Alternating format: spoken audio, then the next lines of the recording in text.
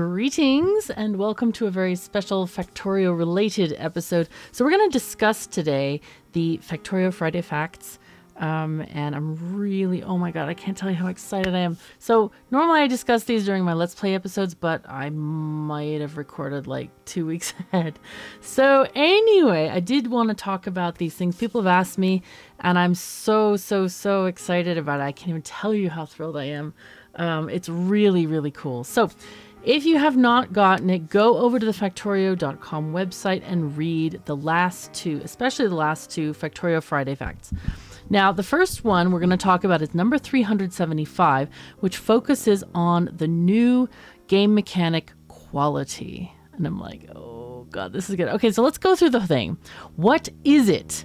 Quality is everywhere. Oh, so also I wanted to say this is posted entirely by Kovarex. Normally the FFFs are from various members of the team, but Kovarex has been the chief designer of the game. He came up with the game. And so these are kind of like very special sort of game design focused FFFs. All right, so quality. Yes. Everything is dependent on quality, and then he talks about horizontal versus vertical growth. Horizontal growth is just using what we have to build more mining outposts, more production facilities. Vertical growth is improving the efficiency in which I produce better assembling machines, better smelters, better modules, technology upgrades, and better setups. In the mid-game, you have to balance both vertical and horizontal, which is fun because you need to strategize more. In the endgame, you mainly scale horizontally, and it's enjoyable too because you won't be changing the designs much. So you can attempt to have a final version and scale it up, while there are new challenges appearing at the larger scale. And that is very true. Like at a larger scale, you're going to need to have many belts, many logistics solutions that are quite different from the beginning of the game, from building a main bus. You now have to transport 24 belts of ore or the equivalent, via trains, robots, belts, whatever your choice is. It's a different challenge, and I really enjoy that challenge at endgame. I don't enjoy so much like more and more mining, but that's neither here nor there. And so let's see, the last sentence is, I always wanted to extend that part of the game where you have to balance the vertical and horizontal growth, and quality seems like a nice general solution to do that. Now, I kind of disagree with the naming of this. I would say that the quality modules, which we're going to talk about, I think it adds more depth to the game. It's not just horizontal or vertical growth. It is like a completely other dimension of growth. And I love this. I'm actually really surprised that mods have not come up with this idea, because this is amazing. The only thing I can think that's close is there was a, what was it called? Like some kind of a biter mining thing, which Matthias and I played in a private game. I don't think we played it on YouTube, but it was like you kill biters and it automatically upgrades all of the modules that you put in the machines. So you were like feeding the machines these little, the alien bits and pieces, and it would upgrade your modules. And so that kind of made the module growth thing sort of exponential. It was really interesting. And I feel like this is like a completely other dimension. This is great. This is a fantastic idea. I absolutely love it. I am so excited to play, and I really want to play this. So those of you asking, will I play the DLC? Yes, I will play the DLC. I promise you I will play it. It will be awesome. So what is quality? So now we're kind of introduced to the idea of these quality modules, and there is a follow-up FFF about this, so that you can kind of understand this a little bit more. We're going to get to that. We have normal, which is no modules whatsoever. Base quality for everything, there's no bonus. Then we have the green 2 dots, uncommon, 30% bonus. Then there's the blue, rare, 60% bonus. Epic, 4 sort of magenta purple, 90% bonus. And legendary, orange, yay! 5 dots, 150% bonus. I really like also, thank you devs for giving these things different colors and different shapes, because I know there's a lot of people who are colorblind, and this is going to help them with the different, numbers of dots and things like that. So let's see. All the higher quality entities have more health, But apart from that, they get unique bonuses based on their type.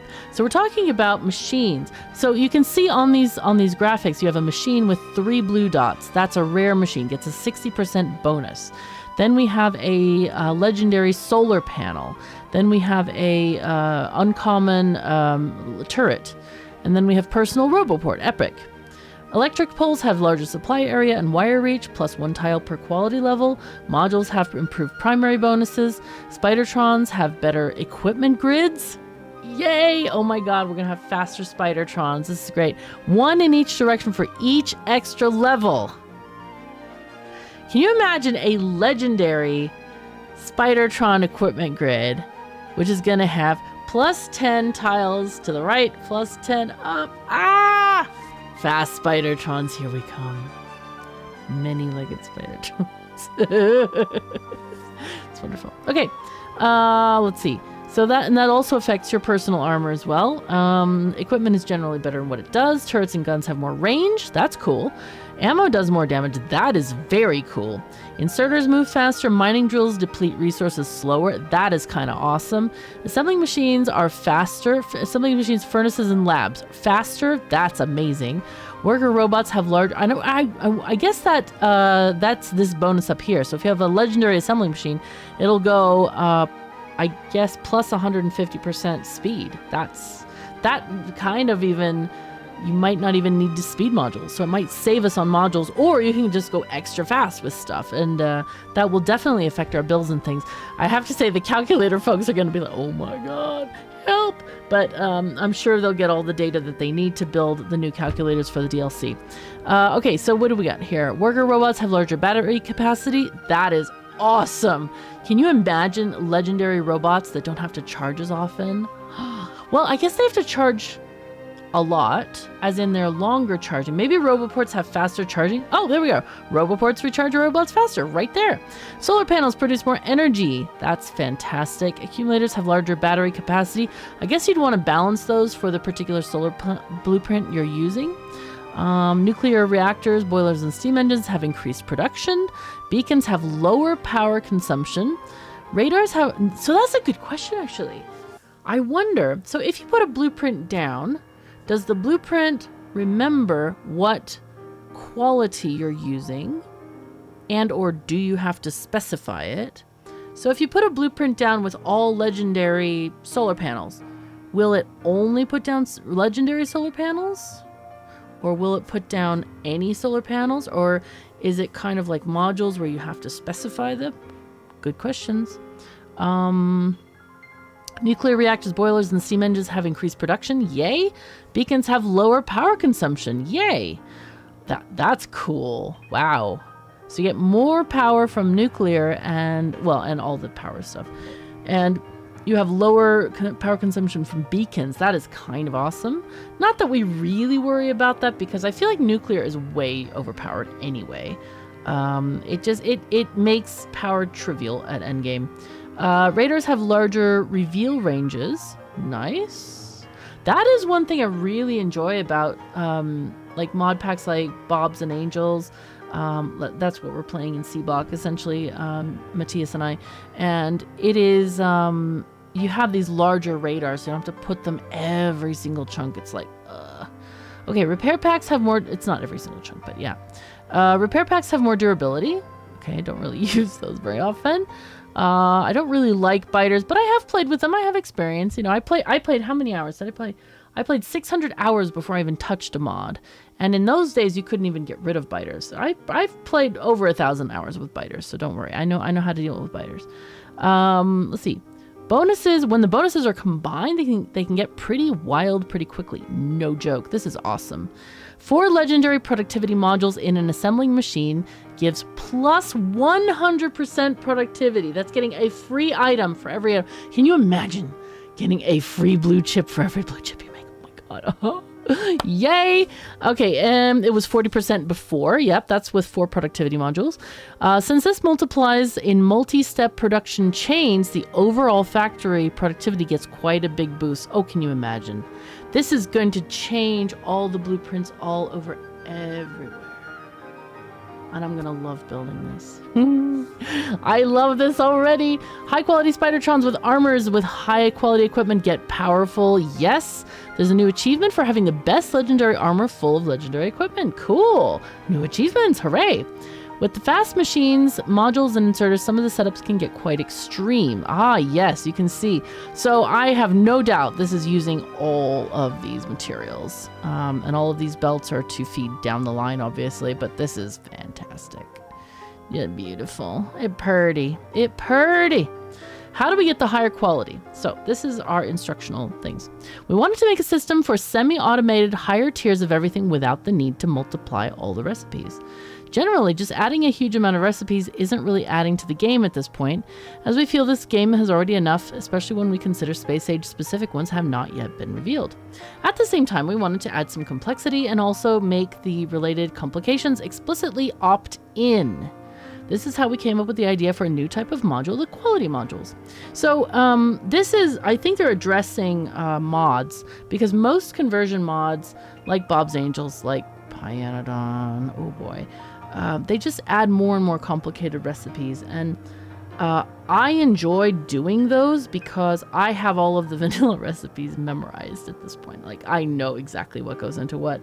And so the Pyanodon and other, other recipes like that are very complicated are like, for me, rediscovering Factorio all over again. I just love it. I just love the game so much. And it's just like a new game for me again. It's like sometimes I wish I could forget everything about Factorio and just rediscover it again. So that's what mods do for me, the complication. But this is a really good idea that the devs have had, because a lot of people, including myself, I was completely brain broken when I first started playing Factorio. I was like, oh, help, only 1 hour at a time, please. But I did persist because it was fun in a brain breaky way. Yes, even vanilla Factorio broke me, and I was just like, yo. But once you learn it, it's fun. And then you build on that, you learn, and oh, what's the next recipe? How can I make this? How do I arrange this? How do I, do the thing? And so it gets pretty cool and pretty exciting. And, but I like the way that the devs are going about this. They're making it they're making it opt-in, not required, which is really nice, because the mod packs that are conversion mod packs, obviously you sign up for it, but man, are they complicated a lot of times. So this is a good way of adding to vanilla, making it deeper without necessarily forcing complication on people, especially newer players, right? Because we gotta make it accessible for new people to join the cult of Factorio, to make that conversion and welcome them to Factorio. Welcome them to our temples and shrines and cults and all the things. It's okay. It's okay. Goddess of Factorio here. I am happy to welcome everyone to our abode. Anyway, quality modules. The quality module has a special effect which increases the probability of getting higher quality results when crafting in machines. So for example, the most basic quality module, 1, which has the same tier and availability as other tier 1 modules, adds +1 quality increase. That's very small. This means when you insert one module into an assembling machine and it crafts 1,000 iron gears from normal iron plates, you get 10 uncommon gear wheels on average. But when you insert more modules, increase the tier and quality. Yes, the quality of quality modules is a thing. Yes, this probability sharply increases. So we have regular quality 1 modules, which we don't see any fancy gears. Here we see a couple of uncommon ones come. Here we're seeing some of the blue ones. Which one are the rare? What are they called? Oh God. Yeah, rare. Uncommon, rare, epic. All right. I always forget what green is called, because I think some games use different things for uncommon. But anyway, as you see, the higher tier of modules, and these are higher quality of higher tier modules, we get much more fancy stuff from that. Okay, so on top of that, the quality increase can be not only 1 level at a time, but you can get lucky and get more steps at a time, as we have seen with these blue ones that occasionally are coming off of that top line there. Each additional step has 10 times lower chance, so from our previous examples, out of the 1,000 gears, 9 would be uncommon and 1 rare. Okay, so here we have a little table that tells you about this. Quality modules can't be inserted into beacons for the same reason you can't do it with productivity modules. But other than that, it's not limited. Since productivity modules are usable only on intermediates, there are plenty of places where the extra quality items might be produced without any productivity penalty. It is also notable that we created a quality penalty on speed modules because haste makes waste, and we wanted to reduce the number of places where beacons full of speed modules is the best place to go. Okay, so we presented a way to get higher quality stuff, but we would still be quite weird with the not so good items piling up somewhere. This is why we added a new mechanic, the recycler. Okay, so all right, it solves one of the biggest problems in Factorio. It also allows you to get rid of some item qualities which are no longer good enough with a chance to create something back. So here we have the recycler. Now notice this thing is a loader. We don't even need inserters to get rid of stuff. That's interesting. I wonder if they're going to add loaders to the DLC. That makes me kind of wonder about that. But you see, we're basically getting a materials sink for things that may not be proper. Or may not be high enough quality. Okay, so the recycler gives you 25% of the original ingredients back. It's basically low enough to take all the possible productivity bonuses into consideration, so it needs to be this low to avoid a net positive recycling loop. Okay, so it's not beneficial to just run a recycling plant in terms of getting extra materials. The actual cost. With the recycler in mind, we can produce legendary items in quite a simple way. We just need to create assembling machines filled with quality modules for each quality of ingredients, and then recycle everything that's not the perfect quality until you get the quality that you want. Okay, so we are basically recycling all of these not good enough green chips. Okay, and so these are, interestingly, the recycler has these quality modules. These look like level 3 legendaries, and you can see there are a lot of materials coming out with higher qualities. So this is quite a weird thing to me. Like, we're recycling into better quality stuff from crappy quality things? Question mark? Like, how? So what's happening is all this is going through here. We are getting, we're splitting off. We have some purple items, very few. Are there any actually? I thought I saw one or two. Anyway, there are purple items coming here. The next quality is blue, and blue is going to this station. And then the green ones are going off here with this. These splitters are very close together. So just kind of, if you can follow with your eyes where they're going. So anyway, we have machines which also have level 3 legendary productivity modules or quality modules in them. And oh yeah, and here we have the legendary ones. I don't think there are any legendaries coming off this line. But anyway, we get chips, and obviously those have a chance to produce higher quality chips, and we are getting some of them. And the higher quality, it looks like the splitter is arranged for blue or above. Okay, I think that's a tiny little greater, greater or equal to blue, which is a nice kind of thing. I'm glad they're adding that kind of thing to things. So all of those are being stored in a box, presumably to be used elsewhere to make higher quality stuff like assemblers and whatnot. And then the rest of the chips are going into these recyclers, which these are the bottom recyclers taking these guys, and then these are coming from another belt somewhere. And we also have some from elsewhere as well. Okay, with this straightforward approach, if you want to produce items of legendary quality, you already have enough legendary quality 3 modules, which is not an easy thing to get in the first place. The legendary items are 56 times more expensive than normal ones. But obviously, since items have a chain of steps to produce them, every step has the potential to increase the quality of the intermediate products. With different approaches and possibility of different machines or other ways to improve the productivity of the process, tease of some future FFF content, the cost can be brought lower, but it will always be pretty expensive to get the best stuff, which is fine. I mean, this is a factory game that we grind. This is what we do in here. Unlocking quality. Well, I guess I don't grind. I just do things and stuff happens while I'm doing it.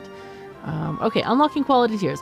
Not all of the quality tiers will be available from the beginning. Only uncommon and rare is unlocked with the quality module research. Okay, so you can't just go for the best immediately. The better ones are unlocked later. More specifically, Epic is one of the 3 earlier planets, and Legendary is on the last planet. So we're not even going to be able to get Legendary before we launch our rocket, which is interesting. I don't like that. I want to have best stuff. But that's okay. We'll deal. It is fine. Strategy implications. I'm happy with the strategy implications because they add more important decisions throughout the game. You don't have the recyclers soon in the game, so you can't really just recycle to get the best stuff. And I'll talk about this with the next FFF that we're going to go on. Let's see. This results in a stage of the game where you pick a very limited number of high-quality modules, machines made as a side effect, and you can decide what are the most important parts of the factory that need boosting. That's really cool. I like this. Later, once you unlock recycling, it can be a huge trap to get too high quality of too many things too early. And I get that. I kind of know what strategy I'm going to go with already, which basically involves... and this is a later thing as well. Basically, the whole thing is optional. You don't have to do any of this. And because some people were worried that you have to do all of this and whatever, and you have to have recycling everywhere, and you have to have this and everywhere. No, you don't. But I am going to have a little catcher that filters off everything of higher quality and puts it in a box, and we'll do stuff with it elsewhere. But the chance of having those higher quality things made is good. I mean, we want to have the best stuff we can. So like, why wouldn't you? You know, it doesn't make any, unless you just want to reduce the complication, that's fine. But I feel like it's definitely worth having. Am I going to recycle a whole bunch of green chips that can be made into blue chips? No, I'm going to keep those. I'm going to keep those green chips because if I need to recycle stuff later, I can do that. But initially, I'm still going to need blue or level 3 modules to do stuff. And we're just going to make a whole bunch of green chips. And some of those green chips are going to be higher quality, and we can make those into higher quality and higher quality. But I don't even want to use a recycler in most cases because those things that we make are always useful. I mean, when you look at our factory, do we ever throw things out? Do we ever just, oh yeah, let's have a ton of boxes of green circuits and let's shoot them all? No. Why would you do that? I mean, I guess the recycler can produce some good components that would get us higher stuff, but I feel like it's probably worth just making what we need to make because we need to make many things for our factory. Anyway, that's what I'm going to do. And we'll try it. And we may have some recycling. We'll see. Because I do want to use a recycler and figure out how that works and stuff. Okay, so when interplanetary logistics come into play, the quality is a big role as things change. With normal quality products, it might be easier and more productive to make the thing locally on the planet from the local resources rather than having to transfer it through rockets and space platforms. I guess they're talking about like maybe upgraded assemblers and furnaces and stuff like that. But once the standard goes up, you start using high quality entities more, the relative cost of the item and the rocket to transport it changes a lot.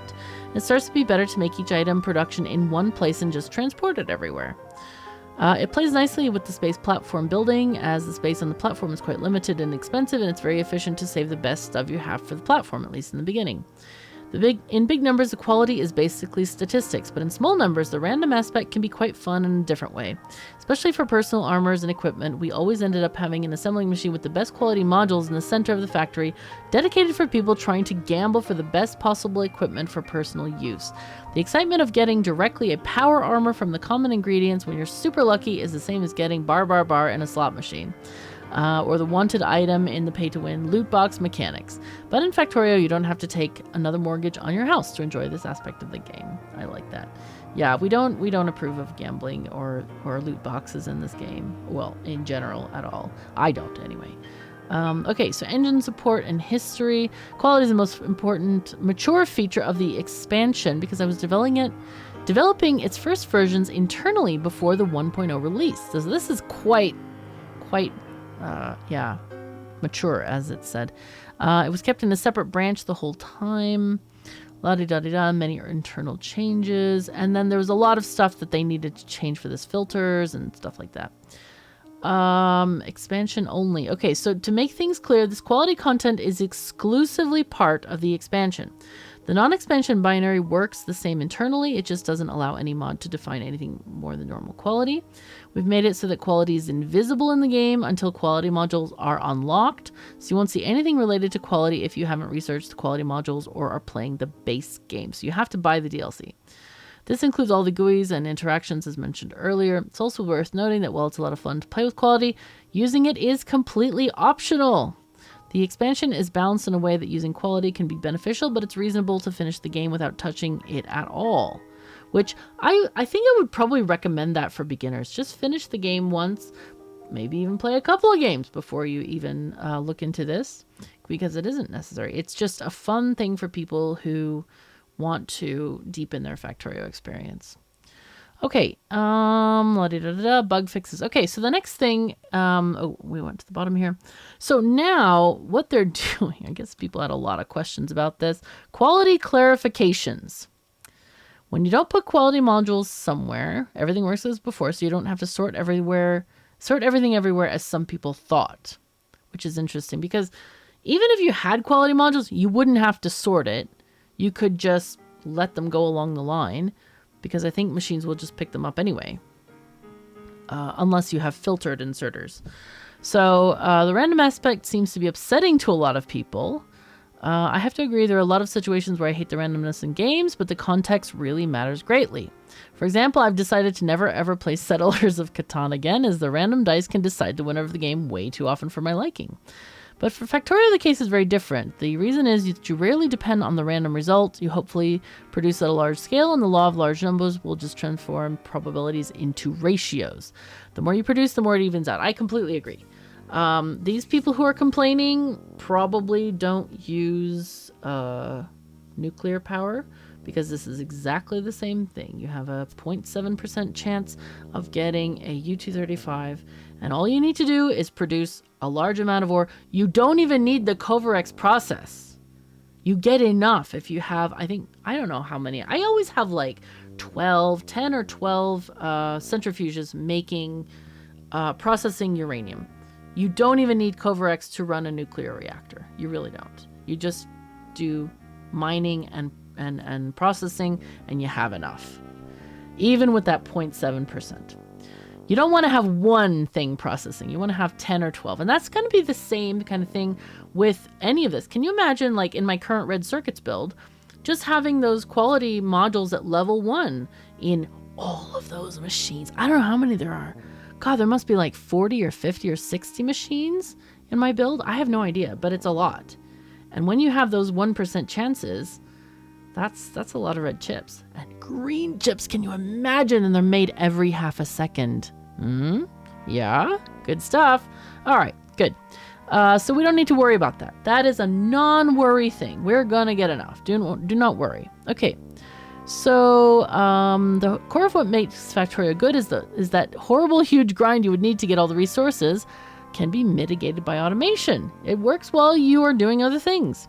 It's quite similar with quality, as the annoyance of the grind is and unpredictability related to randomness in other games can just be pummeled by the sheer output of your factory. I think this is Covarex telling us, don't stand by and wait for the thing to make a thing. As like, don't watch the kettle boil. I mean, unless you have an electric kettle, they're really fast. But don't just stand around the machine and wait for stuff. You need to just make your factory. It's gonna happen while you're doing stuff. It's like the mall. It's gonna make stuff while you're out doing things, killing biters, expanding territory, building railroad tracks, just minding your factory. It will produce better stuff. Okay. Yeah, the most simple approach is to produce all ingredients in normal quality. You can do this, but I am going to put at least level 1 modules in everything that I can. Let's see. So most of the factory typically produces non-quality stuff and mainly provides for research non-quality and the huge amounts of items to be processed by the small quality part. In our playthroughs, the parts of the factory which were dealing with quality were less than 5% of the whole factory. That ain't gonna be me. I'm gonna make stuff. I'm gonna make things and stuff. I'm gonna have the whole factory with modules and yes! Even if it's level 1 modules, I'm gonna have the whole factory with modules. The names are the easiest things to change. Oh, somebody wants to change the name? I like quality. It sounds good. Let's see. The fact that there isn't just the one blueprint for circuits because it depends on the stage of the game and your dedication to quality is something we see as an improvement. I agree. Either you have more blueprints for a different stage of the game or you have to improvise more. And mainly if you actually shoot for the best setups, you can still have the same approach with beacons that you build for legendary setup and accept that it's not perfect and upgrade it as you get more of the good items. I think a lot of people rely too much on blueprints. They rely on other people's blueprints and they may not understand how they work. But this is a good opportunity for people to actually get out the calculator and do it. I mean, and you can always alter somebody else's blueprints because the blueprints will, you probably will just shorten them, have less machines if you have higher quality machines and stuff like that. So it's not going to be difficult. But I do agree. I think it's a great opportunity to change stuff and make your own blueprints and stuff like that. Okay. Let's see. I used the it's optional argument, but I didn't mean it as an excuse for it's shitty because it's okay because you don't have to use it. I understand that if the mechanics provide an upgrade, you can't say it's optional, as our gamer optimizer brains are just programmed to progress to better stuff. And it's painful to decide to ignore some of the better stuff just because I don't like the mechanics to get there. This leads to the biggest proverb we always repeat. The best strategy needs to be fun. Well, I think it's fun. It looks amazing. The main part of the optionality, is that a word? I like it though, was that you decide optionally where and when you want to use it. There are still players who prefer to play without beacons and modules, so some small value in the opportunity for those exists as well. And that is very true. Actually, beacons and modules is more efficient. Like if you look at the energy cost for stuff and the materials cost, it's much more efficient to use beacons and modules than to play with regular machines. So this is kind of exactly that same situation where you can or you don't have to. I look at it and I think it's fun. It looks amazingly fun and I can't wait to play with this. This is going to be cool. Okay, so the last very frequent opinion was that it could be better to use this opportunity to introduce a lot of interesting custom recipes to get all the qualities of different items. But avoiding this was the cornerstone of the design. I can only design the game around what I enjoy, and I just don't enjoy having to keep track of a huge number of unique recipes, which all work technically basically the same. Yeah, I agree. The fact that most simple approach means using similar blueprints to produce different kinds of quality items is generally a goal, as it helps downscale the time investment needed to progress. Since this is just one of the expansion mechanics, we wanted to keep the game time reasonable. I would compare it to repeating the design of rail intersections. No one is complaining that they can repeat their blueprint in many places because we have blueprints and construction robots to avoid the grind related to building repeating patterns. Yeah. In other words, there's a relatively straightforward way to go through it and get the best items, but the design still allows for very non-trivial custom setups if you want to optimize more and enjoy the theory crafting. Easy to learn, hard to master. Agreed. So here we have a setup where they're feeding it blue modules level 1s into making some of these level 3 assemblers, and we have level 3 legendary modules into a legendary machine. Okay, so they're picking up non-quality items and trying to make quality. As you see, there's a lot of things grabbing just for these guys, and it looks like they are recycling everything except for the legendary machines, right? They want the legendary machines in here. So the rest of these modules are getting picked up into these ones where they are picking up these materials. They're getting both the machines and the modules into here. I guess these guys are going to spit out maybe 1 for every 4 that they recycle. Because, I mean, it looks like they are not recycling down to like iron plates and stuff. They're recycling just to the ingredients that are in the level 3 assemblers. Again, loaders are putting it out on the belt. So, yeah, it's looking like that's what we're getting. And it is... And yeah, again, they are recycling all of this back into this thing and just recycling and recycling and recycling to get the best level machines. So it does look like there's a little bit of purple stuff, a little bit of blue, most green, obviously. But in this kind of a recycling setup, you can definitely get the best stuff. And this is what they're talking about. You can repeat this pattern everywhere, basically, and just put out stuff that, is needed by stuff. If you have, if you need 4 ingredients, you're going to have to add more belts. But yeah, in general, you can just use this as is for recycling setup. Okay, so discovering new materials. When it comes to new planets and, this is by V534, V453,000? 453,000. When it comes to how planets and especially their unique resources are discovered, we've realized problems with how Factorio has been doing this for a while now.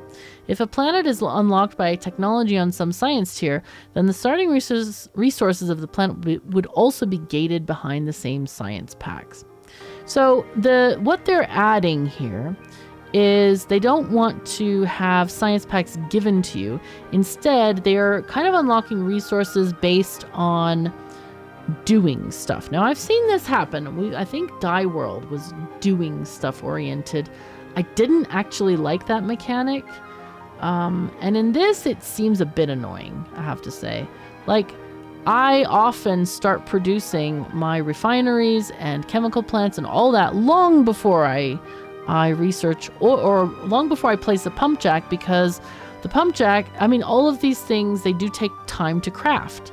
So I would wait until all that's ready and then quickly do the oil mine at an outpost and then have it shipped to my main base where I already have in place the refineries and stuff. So I don't actually like this. I guess it makes sense for new players because it gives you, it's like, oh, yo, now you can build this. This is available because you just touch this uranium field. Guess what you can do with that? I get that. I think it's a good tutorial thing, but for an expert player, I don't like it at all. So then the early game, you also have to do this. You have to craft 50 plates to make a steam engine. That's easy. We just do that in multiple furnaces. Electronics, craft 10 copper plates. So that's okay, I guess. But yeah, so then that makes this kind of red research tree have different kind of items available. Okay, so then these are the starting recipes, which again is, I don't like having the missing recipes. I'll cry about that, but it's okay. It is better for beginners. I will agree with this. Research queue also is always on now. Apparently there was some meowing about this, and I agree. I've heard a lot of people say, hey, KOS, how do I turn on research queue? Oh, well, guess what? You have to disable your achievements. What I don't understand is why didn't they just leave it the way it was and then add the console command in a way that didn't disable achievements? Because I think having the old research way of having the pop-up box and all that stuff was useful. So I don't know. Because we do have console commands that are not disabling research or not disabling achievements. I don't understand why it disabled achievements in the first place. All right, productivity researches. Now this is interesting, really funky too. So basically all we have right now is robot speed. There's some military researches that can give you infinite damage and whatnot. Now they are introducing specific researches for productivity on very particular items like rocket control unit productivity. That's pretty cool. And then they have science beacon or science flask productivity, that kind of thing. So I think that's kind of awesome. That's really neat. And that's going to be a really good addition. So anyway, this video went on a lot longer than I thought it would. 38 minutes. Holy fuzzy cats. But I hope you have enjoyed it. Again, check out the FFFs on Factorio.com. And yeah, I'll see you in the next episode. So thank you so very much for joining me. Take care of yourselves and each other. And I'll see you next time.